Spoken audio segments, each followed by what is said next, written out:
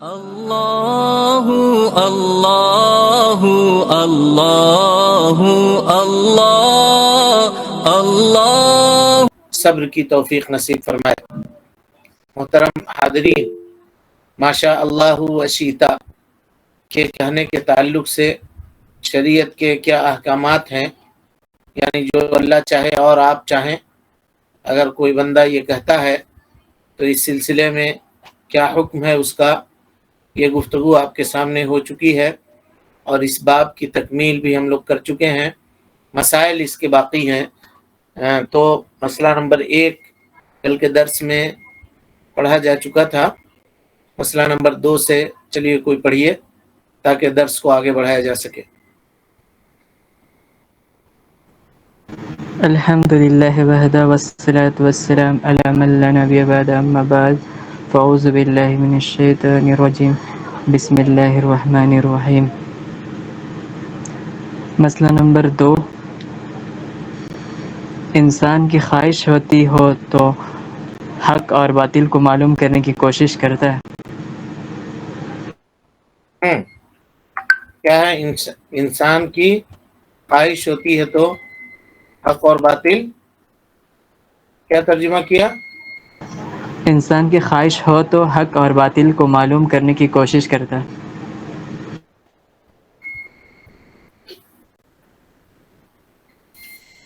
یہ ترجمہ نہیں ہوگا۔ ترجمہ یہ ہے کہ کبھی کبھی صاحب ہوا یعنی خواہشات نفسانی کی پیروی کرنے والا بھی حق بات کو سمجھ سکتا ہے، حق بات کی تفہیم کر سکتا ہے اور جان سکتا ہے۔ یعنی آدمی ہوائے نفس کا پیروکار ہی کیوں نہ ہو، لیکن کبھی کبھی خیر کی باتوں کو سمجھ سکتا ہے اور جان سکتا ہے نا، اور حق بات کہہ سکتا ہے، حق بات کی طرف رہنمائی کر سکتا ہے، اگرچہ اس کی غرض جو ہے وہ فاسد ہے، اس کا مقصد برا ہے، لیکن وہ حق تک پہنچ سکتا ہے۔ اب اس کی مثال آپ دیکھیے، یہ یہود ہیں، یہ نصارہ ہیں، انہوں نے مسلمانوں کے عملوں کے اوپر، صحابہ کرام کے اقوال کے اوپر غور و خوض کیا، ڈھونڈا، تلاشا، تو ان کو ایک بات ملی اور اس میں یہ حق بات جان گئے، اور وہ جملہ تھا ماشاء اللہ وشاء محمد، وشاء محمد۔ شرک اصغر ہے۔ تو یہ بات اگرچہ وہ صاحب ہوا تھے، خواہشات نفسانی کی پیروی کرنے والے تھے یہود، لیکن اس بات کو وہ سمجھ گئے۔ تو اور ہم آپ کے سامنے یہ بتا چکے ہیں کہ اگر صاحب ہوا کی جانب سے، خواہشات نفسانی کی پیروی کرنے والے شخص کے جانب سے اگر حق بات آئے تو اس کو قبول کیا جائے گا، لیکن حق بات اس سے طلب نہیں کی جائے گی، اس کے سامنے زانو تلمس تہ نہیں کیا جائے گا، یا اس سے گزارش نہ کی جائے گی کہ تم حق بیان کرو۔ ہاں، اگر اس کی زبان سے حق کبھی نکل گیا تو اس کو قبول کیا جائے گا۔ قبول حق اور طلب حق، ان دونوں میں فرق ہے۔ چلیں 3، آنے والے نے ماشاء اللہ وشئت کہا تو آپ صلی اللہ علیہ وسلم نے ناگواری کا اظہار کیا اور فرمایا کہ تو نے مجھے اللہ کا شریک ٹھہرایا ہے۔ تو جس نے یوں کہا ما لی ما العوذ بہ سواک، کہ یا رسول اللہ، آپ صلی اللہ علیہ وسلم کے سوا کوئی ایسا نہیں جس کی میں پناہ حاصل کر سکوں، اس کے مشرک ہونے میں کیا شک۔ بالکل۔ اللہ کے نبی صلی اللہ علیہ وسلم سے ایک دیہاتی صحابی آ کر کے کہتے ہیں ماشاء اللہ وشئت، تو اللہ کے نبی صلی اللہ علیہ وسلم نے کہا اجعلتنی للہ ندن، تم نے مجھ کو اللہ رب العالمین کا شریک بنا دیا۔ یہ صرف یہ جملہ اس نے کہا تھا، تو اللہ کے نبی صلی اللہ علیہ وسلم نے یہ کہا کہ تم نے مجھ کو اللہ کا شریک بنا دیا۔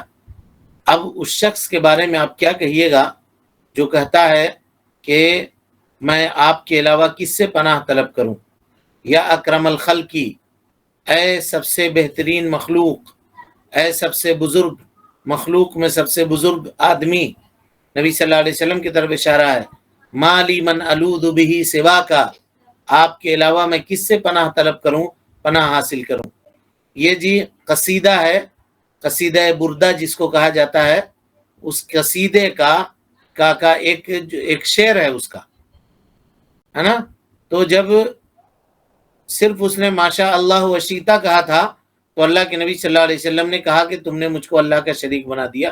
اور جو یہ کہتا ہے تو اس کی حالت کیا ہوگی اور وہ شرک کے کس مقام کے اوپر ہوگا، یہ غور کرنے کی ضرورت. جبکہ انسان کے لیے مشیت ہے، اور انسان کے علاوہ جو چیزیں ہیں ان کے لیے مشیت ہے بھی نہیں. مخلوق ضعیف مخلوق ہے اور لوگ اس کی طرف مشیت کرتے ہیں، فلاں جو چاہے، وہ جو چاہے، یہ جو چاہے، ہے نا. یہ سب غلو ہے اور اس سے اجتناب اور پرہیز کرنا چاہیے. چلیے. 4 ماشاء اللہ وشئت وغیرہ کلمات شرک اکبر نہیں ہیں، ورنہ آپ صلی اللہ علیہ وسلم سے روک دیتے اور یوں نہ فرماتے کہ تمہیں اس لفظ سے روکنے میں مجھے ہچکچاہٹ مانے رہی تھی. یہ اس سے پہلے والے میں یہ بھی آپ غور کر سکتے ہیں جی، جس نے صرف ماشاء اللہ وشیتا کہا تو آپ نے کہا کہ تم نے مجھ کو اللہ کا شریک کر دیا، حالانکہ نبی صلی اللہ علیہ وسلم کی بھی مشیت تھی اس میں. اب بعد میں آنے والے لوگ وہ ہر معاملے کو اللہ کے نبی صلی اللہ علیہ وسلم کی طرف منسوخ کرتے ہیں کہ جو نبی صلی اللہ علیہ وسلم چاہیں وہ ہوگا. نبی صلی اللہ علیہ وسلم دنیا کے تصرفات کے چلانے والے ہیں، نبی صلی اللہ علیہ وسلم خیر دینے والے ہیں، شر کو دور کرنے والے ہیں. تو اس کی حالت کیا ہوگی اور اس کے شرک کا مقام کیا ہوگا، یہ آپ غور کر سکتے ہیں. اسی طریقے سے یہ لفظ ماشاء اللہ وشیتا، یہ کہنا شرک اکبر نہیں بلکہ شرک اصغر ہے. کیوں؟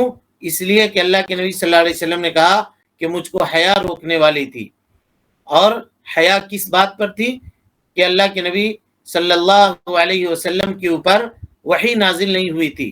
اگر شرک اکبر کی بات ہوتی تو شرک اکبر میں تدرج نہیں ہے، اسٹیپ بائی اسٹیپ اس کو منع نہیں کیا گیا، بلکہ یک بارگی اللہ رب العالمین نے شرک اکبر سے لوگوں کو روک دیا. اس سے پتہ چلا کہ ماشاء اللہ وشیتا کہنا یہ شرک اصغر ہے، شرک اکبر نہیں ہے. نہیں تو اللہ کے نبی صلی اللہ علیہ وسلم حیا کی وجہ سے اس سے منع کرنے سے کبھی بھی نہیں رکتے، جیسا کہ گفتگو آپ کے سامنے ہو چکی ہے. چلیں. 5 اچھا خواب بھی وحی کی ایک قسم ہے. بالکل، اچھا خواب جو ہے یہ وحی کی ایک قسم ہے، اس لیے کہ اللہ کے نبی صلی اللہ علیہ وسلم نے اس کے اوپر ایک حکم کو مرتب کیا اور آپ نے منع کر دیا صحابہ کرام رضوان اللہ علیہم اجمعین کو کہ یہ جملہ وہ کہیں. ماشاء اللہ وشیتا کہنے سے پرہیز کرنے کے اوپر اللہ کے نبی صلی اللہ علیہ وسلم نے صحابہ کرام کو ابارا، اور اس کی بنیاد ایک خواب تھی. چلیے. 6 اچھا خواب کبھی کبھار بعض احکام کی مشروعیت کا سبب بن جاتا ہے. اچھا خواب کبھی کبھی بعض احکام کی مشروعیت کا سبب بن جاتا ہے. اس کو خوب اچھی طریقے سے سمجھیے جی. انبیاء علیہم السلام کے جو خواب ہوتے ہیں نا، وہ سب کے سب وہی ہوتے ہیں، اس میں سارے لوگ متفق ہیں. اگر اللہ کے نبی صلی اللہ علیہ وسلم کسی خواب کے تعلق سے بیان کریں تو سمجھیے کہ یہ اللہ رب العالمین کی جانب سے وہی ہے. ہم اس کے اوپر ایمان لائیں گے اور ہمارا یہ عقیدہ ہے کہ وہ خواب اللہ رب العالمین کی جانب سے وہی ہے، اور اس میں جو احکام اللہ کے نبی صلی اللہ علیہ وسلم نے بیان فرمایا ہے اس کے اوپر ہم عمل کریں گے. یہ نہیں کہیں گے کہ یہ تو خواب کی باتیں ہیں، سونے والا بہت کچھ دیکھتا ہے. لیکن اللہ کے نبی صلی اللہ علیہ وسلم کے علاوہ اگر کوئی دوسرا خواب دیکھتا ہے تو کبھی کبھار ایسا ہو سکتا ہے کہ وہ بعض احکام کے نافذ ہونے کا سبب ہو. لیکن یہ کب جی؟ خواب سے شریعت ہو سکتی تھی، یہ کب؟ جب نبی صلی اللہ علیہ وسلم نبی صلی اللہ علیہ وسلم کے زمانے میں، آپ کی موجودگی میں. اب جب آپ صلی اللہ علیہ وسلم نہیں ہیں تو کوئی آدمی خواب دیکھ کر کے شریعت بنانا چاہے تو ایسا نہیں ہوگا. کسی کے خواب کے اوپر اعتبار اب نہیں کیا جائے گا. ہاں چلیے، اگر وہ دین کی بات بتا رہا ہے تو ٹھیک ہے بھائی، لیکن اگر کوئی ایسی بات بتا رہا ہے جو نبی صلی اللہ علیہ وسلم کے شریعت سے ٹکرا رہی ہے تو اس کو ہم ماننے کے لیے تیار نہیں. اور وہ یہ کہے گا کہ دیکھو نبی صلی اللہ علیہ وسلم نے اپنے زمانے میں خواب سے احکامات کو ثابت کیا ہے، لہذا ہم بھی ثابت کر رہے ہیں، ہم نے بھی خواب دیکھا ہے، تو ہم اس کو کہیں گے کہ آپ کا خواب یہ نبی کے زمانے کا خواب نہ ہوا۔ اگر نبی کے زمانے کا خواب ہوتا تو اس سے شریعت ثابت کی جا سکتی تھی، یہ نبی کے زمانے کا خواب نہیں ہے، اس لیے اس سے شریعت ثابت نہیں کی جائے گی۔ یہ نبی صلی اللہ علیہ وسلم کے وفات کے بعد اگر کوئی آدمی خواب دیکھے تو کسی بھی قیمت پہ اس سے شریعت نہیں بن سکتی ہے۔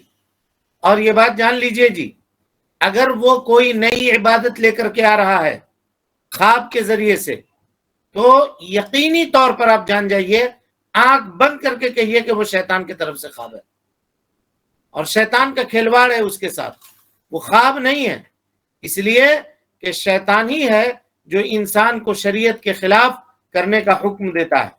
اللہ رب العالمین کبھی بھی حکم نہیں دیتا، شیطان حکم دیتا ہے کہ شریعت کے خلاف عمل کیا جائے اور شریعت کو ترک کر کے اس کے مطابق انسان زندگی گزارے۔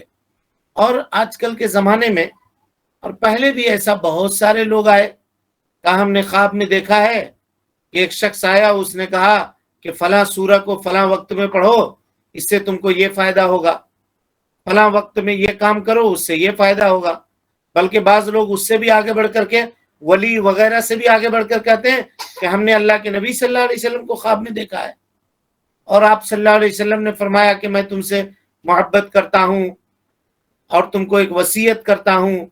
کیا وصیت ہے؟ نہ سورہ زلزال کو عصر کے بعد پڑھو یا مغرب کے بعد پڑھو ہر روز، ہے نا۔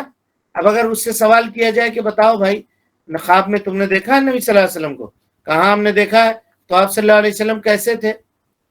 ذرا حلیہ بتاؤ نبی صلی اللہ علیہ وسلم کا، تو وہ حلیہ بتانے سے قاصر ہوتا ہے، نہیں بتا سکتا حلیہ آپ صلی اللہ علیہ وسلم کا جو اس نے خواب میں دیکھا ہے۔ اور بعض لوگ یہ کہتے ہیں کہ ایک نور تھا، کوئی کچھ کہتا ہے کہ ہم نے دیکھا کہ ایک لمبا آدمی وائٹ کپڑے میں آیا تھا۔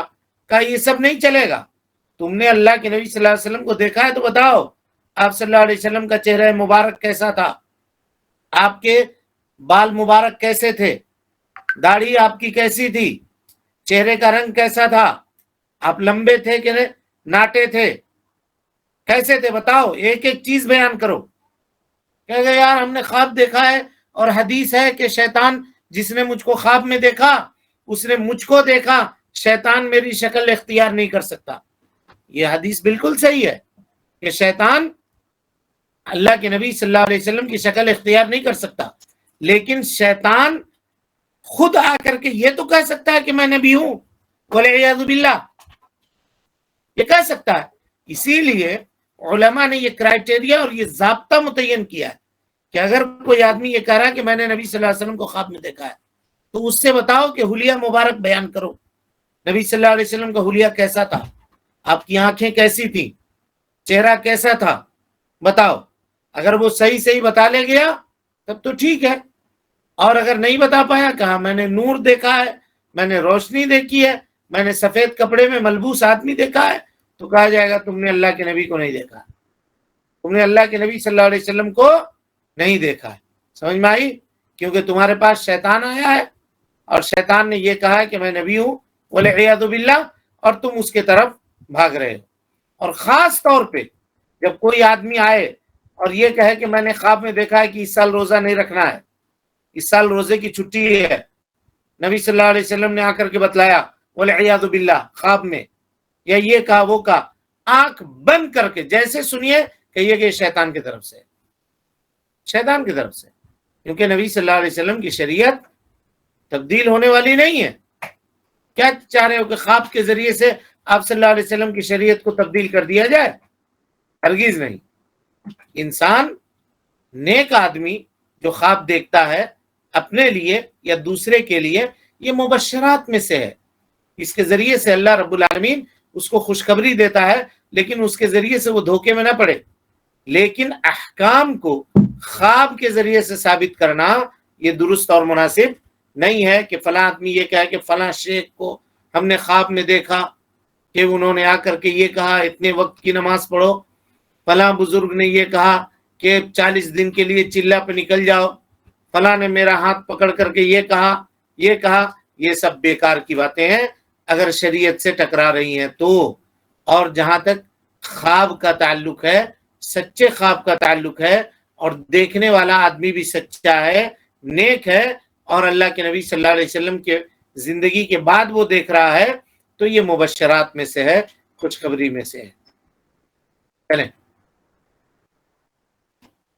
باب نمبر 45، زمانے کو گالی دینا اور در حقیقت اللہ تعالیٰ کو ایذا پہنچانے کے مترادف۔ زمانے کو گالی دینا، ہاں جی، یہ ایک نیا باب یہاں سے شروع ہو رہا ہے، اور اللہ کے فضل اور اس کے توفیق سے ہم لوگ کتاب کے اختتام کے قریب تک اب پہنچ رہے ہیں۔ یہ سب کمال توحید کا تذکرہ اب آپ کے سامنے چل رہا ہے، یہ سب مکملات ہیں جس کے ذریعے سے توحید مکمل ہوتا ہے، اور یہ اللہ رب العالمین کے ساتھ بندے کا ادب ہے کہ بندے کو حد ادب ملحوظ رکھنا چاہیے اپنے خالق سے، اپنے مالک سے، اور یہ توحید کے کمال کا درجہ ہے کہ ایک بندہ اپنے رب کے تعلق سے اس طرح کی باتیں نہ کہے جن باتوں کا تذکرہ اس باب سے متعلق ہے، اور اس کی گفتگو آپ کے سامنے آئے گی۔ مصنف رحمۃ اللہ علیہ کہتے ہیں من سبا، بابو من سبا، سبا کے معنی چھوٹی سین سے سبا، سبا کے معنی شتم، گالی دینا، اور اس کی سب سے یعنی ہائی کوالٹی کی جو بات ہوتی ہے، اونچی قسم، اس کو لعن کہتے ہیں، لعنت کرنا، ملامت کرنا، فلاں کے اوپر لعنت ہو والعیاذ باللہ، اس طرح سے کہنا، یا گالی دینا، فلاں برا ہے، فلاں یہ ہے، جس سے اس کو تکلیف ہو، ہے نا۔ تو سب کہتے ہیں کسی بھی چیز کی جانب نقص اور کمی کی نسبت کرنا، نقص اور کمی کی نسبت کرنا، جس نے کسی کی جانب کسی کمی کی نسبت کی اس نے اس کو گالی دی۔ دہر کے معنی زمانہ، جیسے رات، دن، ہے نا، اور اسی طریقے سے مہینہ اور ہفتہ، سال، یہ سب کے سب، عمر، زندگی، یہ سب کے سب اس میں داخل ہے نا۔ اور دہر کو کبھی کبھی ہمیشہ ہمیش کے لیے بھی دہر کہتے ہیں، ہے نا، جیسا کہ ایک لمبی مدت کے لیے حدیث کے اندر دہر کا لفظ استعمال ہوا ہے، جیسے انسان کی زندگی کو دہر کہا جاتا ہے، یا کسی قوم کی زندگی کو دہر کہا جاتا ہے، اور اسی سے ہے صیام الدہر، یعنی پوری زندگی کا روزہ رکھنا۔ صیام الدہر کے معنی صیام العمر، صیام داؤد علیہ السلام، یہ نصف الدہر کہا جاتا ہے، آدھی عمر، آدھی زندگی آدمی کیا کرے، روزہ رکھے۔ حضرت داؤد ایک دن روزہ رکھتے تھے، ایک دن افطار کرتے تھے، تو یعنی آدھی زندگی وہ روزہ رکھتے تھے، نصف عمر انہوں نے روزہ رکھا۔ لیکن یہاں پہ دہر سے مراد زمانہ ہے، دہر سے مراد زمانہ ہے، چاہے اس کی مقدار قلیل ہو یا اس کی مقدار کثیر ہو۔ مقدار قلیل ہو کا مطلب گھنٹہ یا 10 منٹ یا 15 منٹ یا سیکنڈ یا گھڑی، اور کثیر کا مراد چاہے زندگی، 10 دن، 15 دن، مہینہ، جو بھی آپ لے لیں۔ تو قلیل ہو یا کثیر ہو، یہ زمانہ یہاں پہ مراد ہے۔ کہا باب من سب الدہر، اس سلسلے میں بیان کہ جس آدمی نے زمانے کو گالی دی، یا زمانے کو لعن طعن کی، یا زمانے کی طرف کمی کی نسبت کی، جیسے بعض لوگوں کا کہنا والعیاذ باللہ، وہ سب سے منحوس گھڑی تھی جس دن تمہاری ملاقات مجھ سے ہوئی تھی، یا اس دن کے اوپر لعنت ہو جس دن میں نے یہ کام کیا تھا، یہ ایسا کہنا یا اس طرح کے جملے نکالنا، جی یہ سب کے سب کیا ہے، اللہ رب العالمین کو تکلیف دینا ہے، اللہ رب العالمین کو تکلیف دینا ہے۔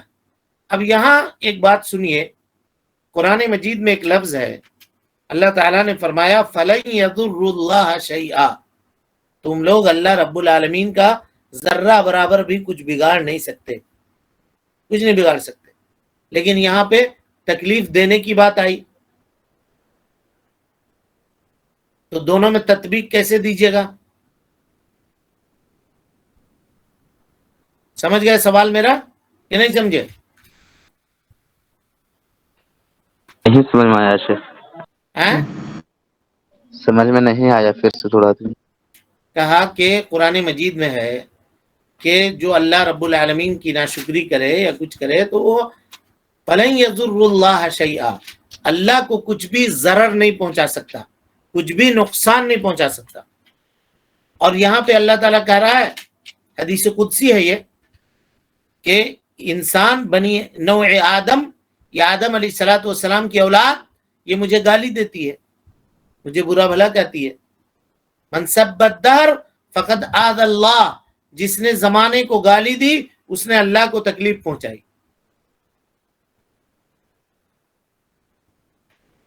اب سمجھ میں آئی بات یا نہیں؟ جی شیخ. کیسے تطبیق دیجیے گا؟ علماء نے اس کی تطبیق دی ہے، غور سے سنیے. کہتے ہیں ازا کا اثر کبھی قلیل ہوتا ہے کبھی کثیر ہوتا ہے. دو لفظ ہے جی عربی زبان کے اندر، ازا اور ضرر.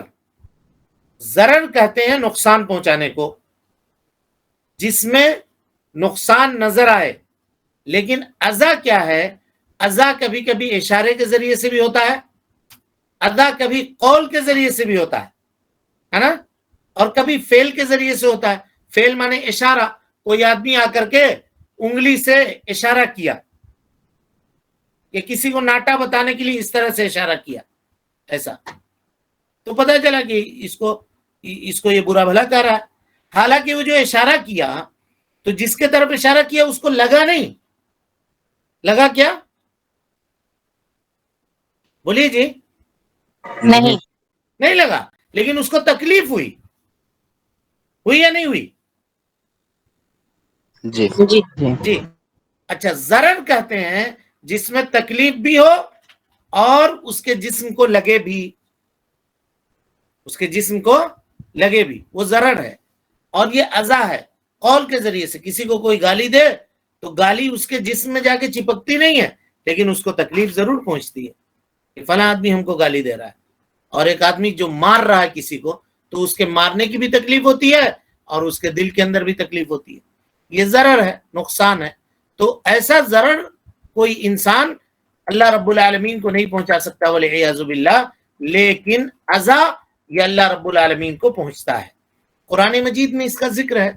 اللہ تعالیٰ قرآن مجید میں فرماتا ہے ان الذین یؤذون اللہ ورسولہ لعنہم اللہ فی الدنیا والآخرہ وَأَعَدَّ لَهُمْ عَذَابًا مُهِينًا. سورہ احزاب کی آیت نمبر 57 ہے.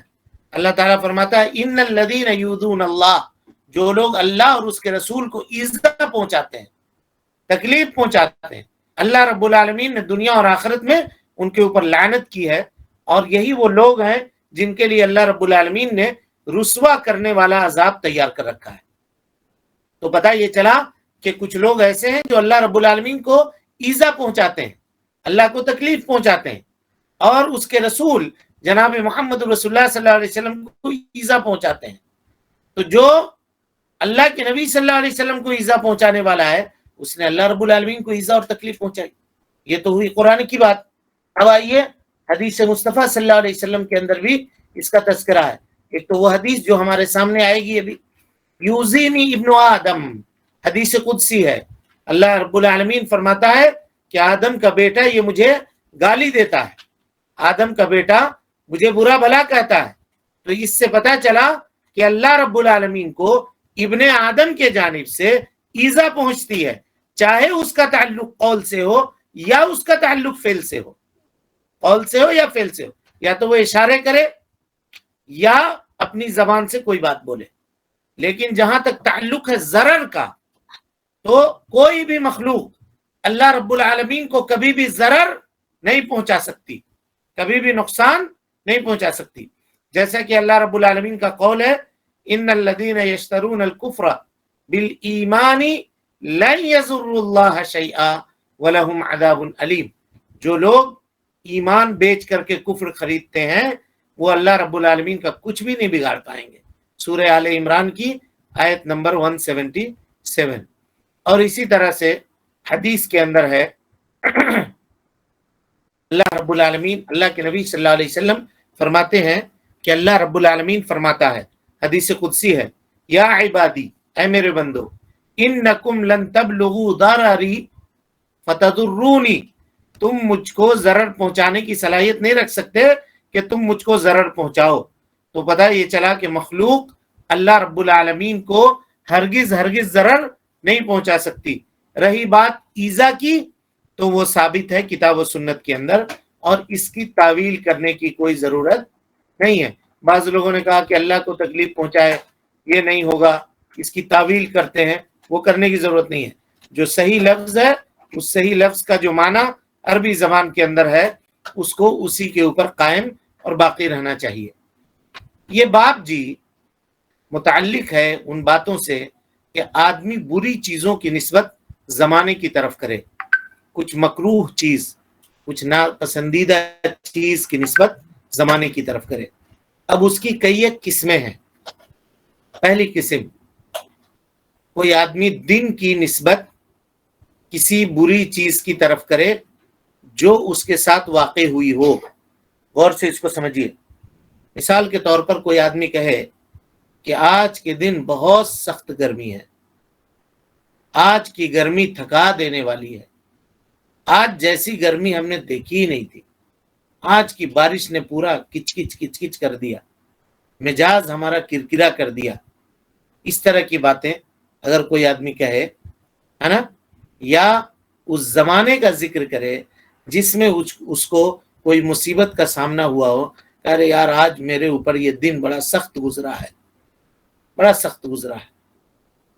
یہ ساری کی ساری چیزیں دن کی صفت ہے۔ اب اس کا حکم کیا ہے؟ کیا یہ زمانے کو برا کہنے میں داخل ہوگا یا نہیں ہوگا؟ بولیے۔ ہم لوگ عام طور پہ گفتگو میں یہ کہتے ہیں نا، آج بہت سخت گرمی ہے، آج کی ٹھنڈک بہت زیادہ ہے، آج بہت تیز بارش ہوئی، آج کی بارش سے یہ پریشانی ہو گئی، اس طرح کی باتیں کہتے ہیں۔ ایسا کہنا جائز ہے جی، اس میں کوئی حرج کی بات نہیں ہے، یہ گالی نہیں ہے، بلکہ دن کے وصف کا تذکرہ ہے، اور ایسا کرنا جائز ہے۔ دلیل اس کی کیا ہے؟ دلیل اس کی یہ ہے کہ یہ بیان کر کے آدمی دن کے اندر نقص اور عیب کو ثابت نہیں کرنا چاہ رہا ہے۔ نقص اور عیب کو ثابت کرنا یہ گالی دے رہا ہے۔ ہم عیب ثابت نہیں کر رہے ہیں، جو واقع میرے اوپر بیتا ہے، ہوا ہے، وہ ہم بیان کر رہے ہیں۔ گرمی ہم کو لگ رہی ہے تو ہم کہہ رہے ہیں کہ آج کا دن بھائی بہت ٹیمپریچر ہائی ہے، آج بہت پارا گرا ہوا ہے۔ سردی اگر لگ رہی ہے تو آج گرمی نے تھکا کے رکھ دیا مجھ کو، یہ کہہ سکتے ہیں۔ قرآن مجید میں اللہ رب العالمین سورہ قمر میں فرماتا ہے فی یوم نحس مستمر، اللہ رب العالمین نے قوم عاد کے اوپر جو عذاب بھیجا تو وہ منحوس دن کے اندر بھیجا، مستمر، جو ان کے اوپر جاری رہا کئی دنوں تک۔ تو یہاں پہ اللہ رب العالمین نے دن کی نسبت کس کی طرف کی ہے؟ نحس کی طرف کی ہے۔ تو یہ اس کی صفت بیان کی گئی ہے، اس کی صفت بیان کی گئی، اس دن کی خرابی کو نہیں بیان کیا گیا، یا اس دن کو برا بھلا نہیں کہا گیا۔ اگر یہ معاملہ ہو تو یہ چیز جائز ہے۔ اب اس کے بعد کئی ایک قسمیں ہیں جس کا تذکرہ انشاءاللہ آئندہ کے درس میں آپ کے سامنے آئے گا۔ اللہ رب العالمین سے دعا ہے کہ اللہ تعالی ہمیں اور آپ کو حسن عمل کی توفیق دے۔ رب العالمین ہم سب کی اصلاح فرمائے، نیکیوں کو قبول کرے، سیئات سے درگزر فرمائے، جب تک زندہ رکھے دین اسلام پہ زندہ رکھے، اور جب اٹھائے ایمان پہ اٹھائے۔ آمین وآخر دعوانا ان الحمدللہ رب العالمین۔ ہاں جی، کوئی سوال ہے کسی کے پاس؟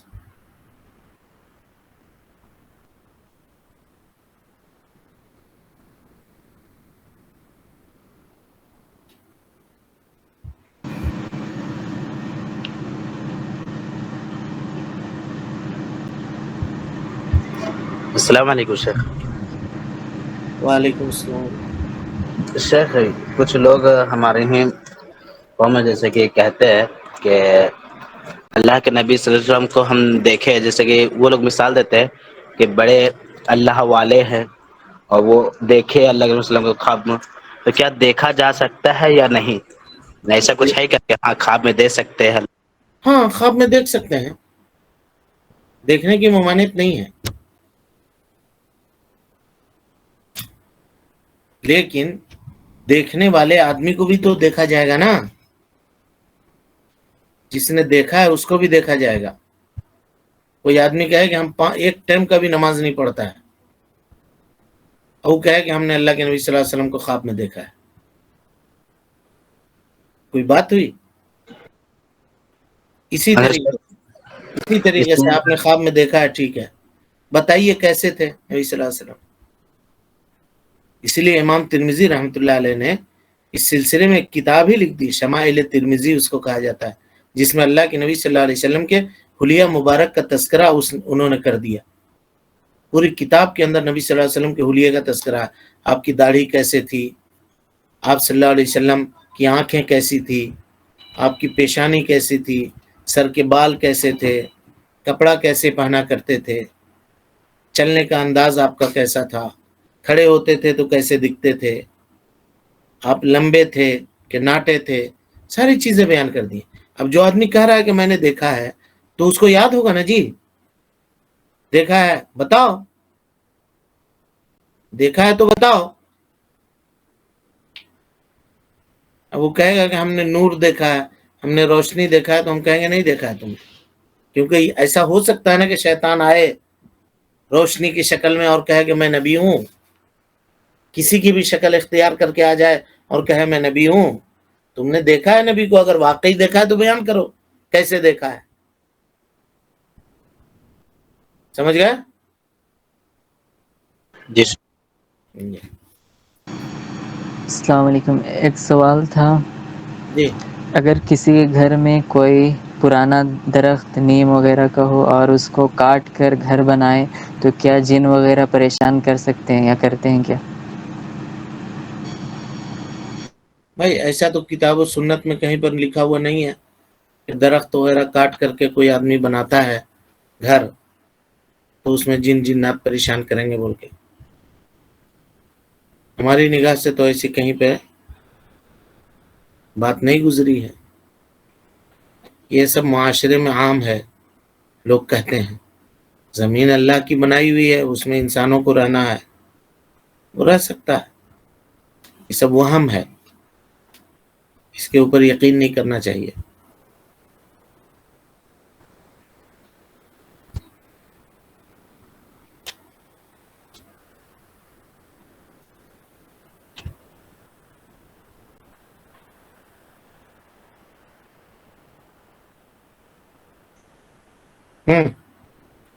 اب دوسرا سوال یہ بچے کے تعلق سے ہے، اگر کوئی چھوٹا بچہ ہے 8 مہینے کا، اس کو ہم اپنے سامنے رکھ کر کے کچھ کھلونا وغیرہ دے کر نماز پڑھتے ہیں تو وہ کبھی کبھی آگے آ جاتا ہے یا کبھی سجدے میں جانے سے اوپر چڑھ جاتا ہے، تو کیا آگے سجدے کی جگہ سے اس کو ہٹا کر سجدہ کر سکتے ہیں، یا جب وہ اوپر چڑھ جاتا ہے تو اس کو ہٹا سکتے ہیں؟ ہاں ہٹا سکتے ہیں، اس میں کوئی حرج نہیں ہے، نماز ہو جائے گی، نماز ہو جائے گی۔ اللہ کے نبی صلی اللہ علیہ وسلم نماز پڑھ رہے تھے، حضرت حسن آئے اور آنے کے بعد امامت کروا رہے تھے آپ مسجد نبوی میں، آپ کے پیٹھ کے اوپر بیٹھ گئے، آپ صلی اللہ علیہ وسلم نے سجدے کو لمبا کر دیا۔ صحابہ نے پوچھا اللہ کے نبی آپ نے ایسا کیوں کیا؟ تو کہا کہ بچہ تھا آ کر کے پیٹھ پہ بیٹھ گیا تو ہم نے اس کو اٹھانا جلدی مناسب نہیں سمجھا۔ تو یہ کیا جا سکتا ہے، اس میں کوئی حرج کی بات نہیں ہے۔ ایون اگر بچے کو کوئی پکڑنے والا نہیں ہے تو آپ گود میں لے کر کے بھی نماز پڑھ سکتے ہیں، گود میں لے کر نماز پڑھیے، رکوع سجدہ کرنے وقت اس کو زمین پر رکھ دیجئے، رکوع سجدہ کیجئے، پھر کھڑے ہونے وقت اس کو لے کر کھڑے ہو جائیے، نماز میں کوئی خلل نہیں پڑے گی۔ یہ سب مجبوری کی صورتیں ہیں، کوئی بچے کو لینے والا نہیں ہے، کوئی پکڑنے والا نہیں ہے، کیسے نماز پڑھے گی اس کی ماں؟ یا بچے کو چھوڑے گی، 8 مہینہ 9 مہینہ کا بچہ ہے، گھسٹ کے ادھر ادھر بھاگ جائے گا، کہیں چلا جائے گا، ماں کا دھیان ادھر ہی لگا رہے گا، اس کی نماز بھی نہیں ہوگی۔ عرب میں ہم لوگوں نے دیکھا چھوٹے بچے لوگ کو کیا کرتے تھے، اس کے والد یا اس کے والدہ رسی باندھ دیتے تھے اس کے ہاتھ میں، باندھنے کے لیے ایک بیلٹ آتا تھا، بیلٹ باندھ کر کے اپنے پاؤں میں باندھ لیتے تھے. وہ بچہ اسی وہیں پر اتنے ہی دور میں گھوم رہا ہے اور وہ یہ اپنا نماز پڑھ رہے ہیں. ورنہ کہیں نماز پڑھنے کے لیے بیٹھے اور بچہ اٹھ کر کے چلنا شروع کیا، کہاں سے کہاں نکل جائے گا وہ پھر ملے گا نہیں. یا گھر ہی میں کہیں چلا جائے، بالٹی پانی گرا دے، کہیں ادھر چولہے پہ کچھ چڑھا ہوا ہے ادھر کھینچ لے، یہ کر لے. اور سب سے بڑی بات، ماں کی ذہن منتشر رہے گی اگر بچہ اس کے سامنے نہیں رہے گا، گھر میں کوئی نہیں ہے تو ایسی صورت میں آپ کر سکتے ہیں، بچے کو گود میں لے کر کے بھی نماز پڑھ سکتے ہیں. انشاءاللہ نماز ہو جائے گی بحالت مجبوری. اور کوئی سوال ہے کسی کے پاس؟